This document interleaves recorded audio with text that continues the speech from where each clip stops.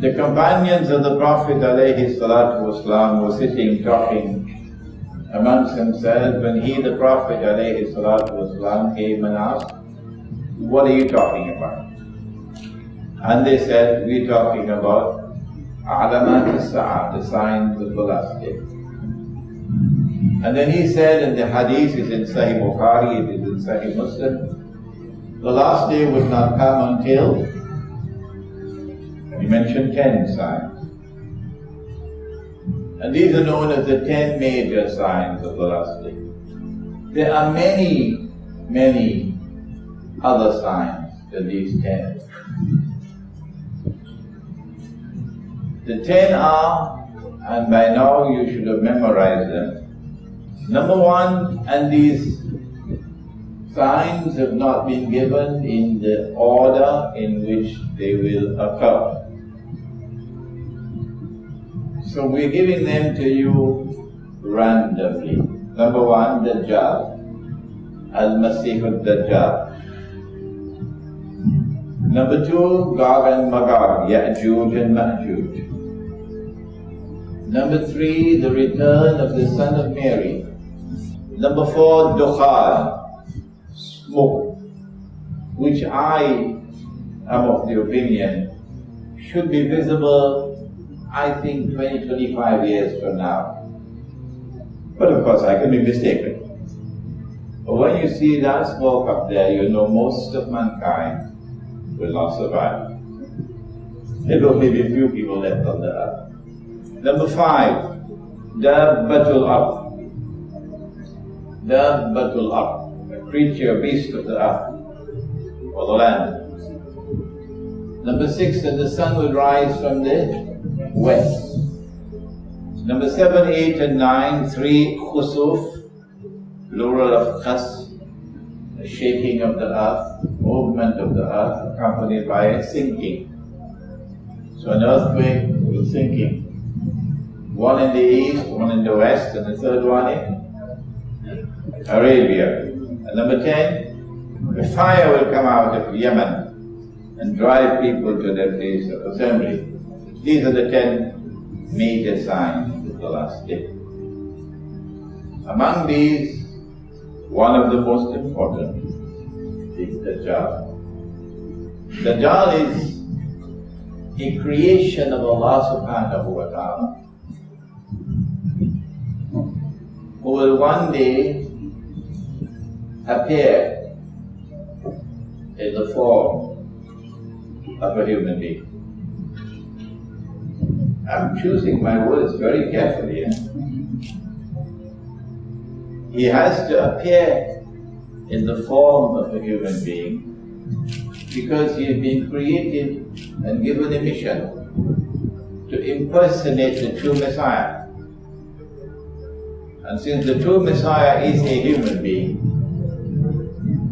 the only way that Dajjal can impersonate the Messiah is if he appears as a human being. The true Messiah is the son of Mary, Nabi Isa alayhi salam. And Allah made a promise to Banu Israel that when that Messiah comes, he would rule the world from the throne of Nabi Dawood alayhi salam. And so the golden age of Nabi Sulaiman alayhi salam, when the state of Israel ruled the world, when the state of Israel was the ruling state in the world. What's the definition of a ruling state? You must be familiar with that by now.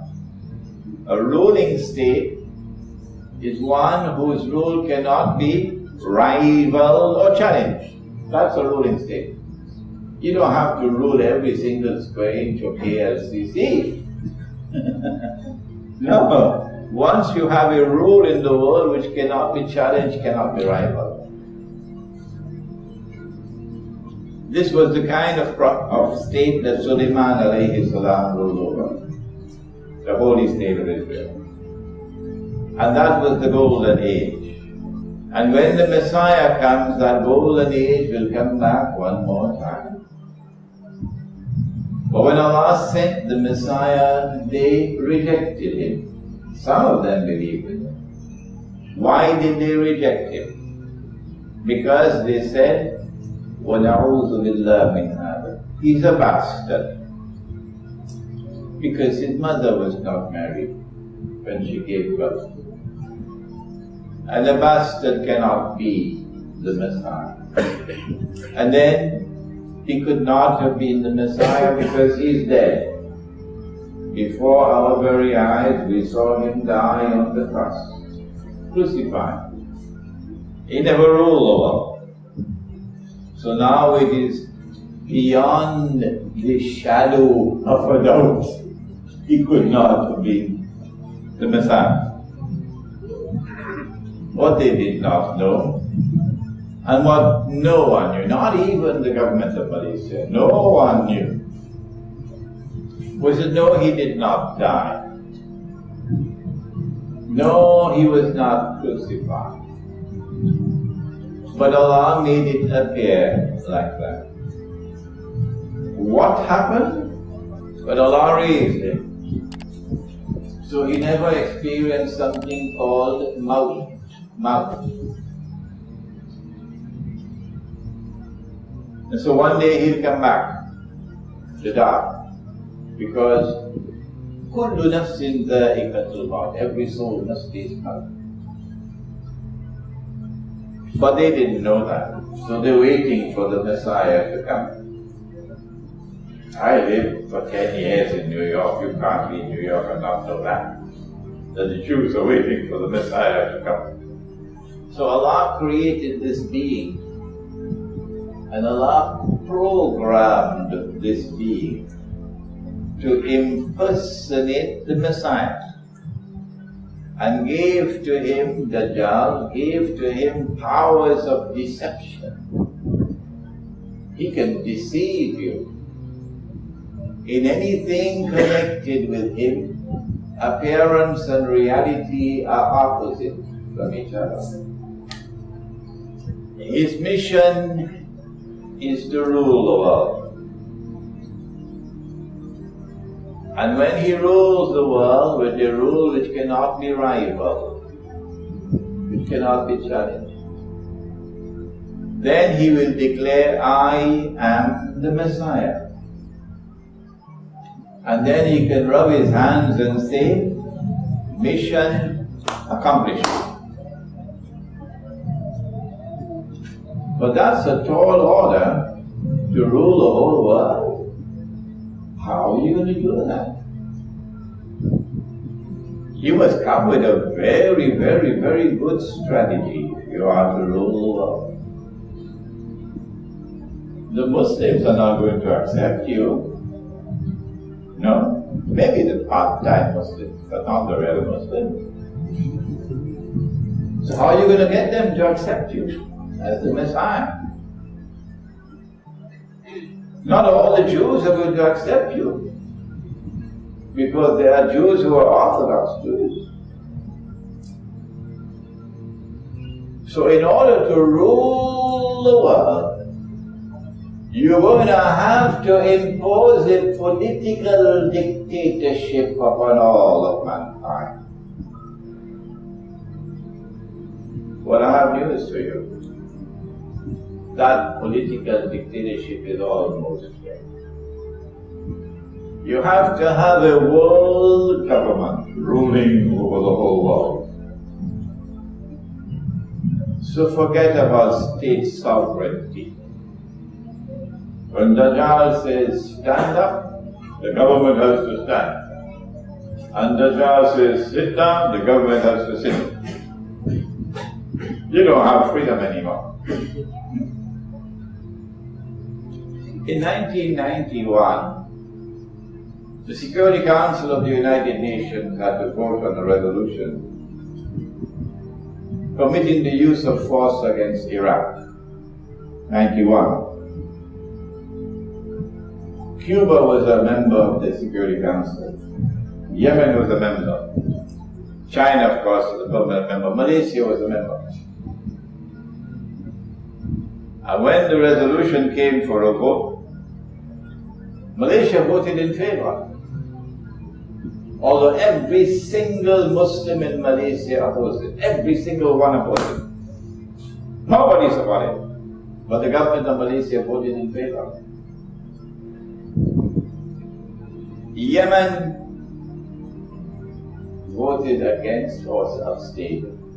Cuba voted against. China voted against. But the Muslim state voted in favor. Your Prime Minister at that time was Dr. Mahathir. And he explained. He said, if we had not done that, they would have destroyed our economy. That was his explanation. So state sovereignty, that was something for the birds. It no longer exists. You now have world government. And that world government is taking you towards a universal political dictatorship. In order for him to rule the world, you must impose a universal economic dictatorship upon man. We are already there. We are already there. But Dajjal is almost at the conclusion of his mission. It will not be long again before the state of Israel. You know, 15 years ago they used to laugh at me and scoff at me when I said to them that they want Israel to rule the world. Imran, what nonsense are you talking? How can few million people, few million Jews in Israel rule the whole world? Huh? Shame on you. They're not laughing anymore now. No. They're swallowing all the laughter they laughed. Israel has to rule the world. And when Israel rules the world, then Dajjal can appear as the ruler of Israel, ruling the world from Jerusalem and declare, I am the Messiah.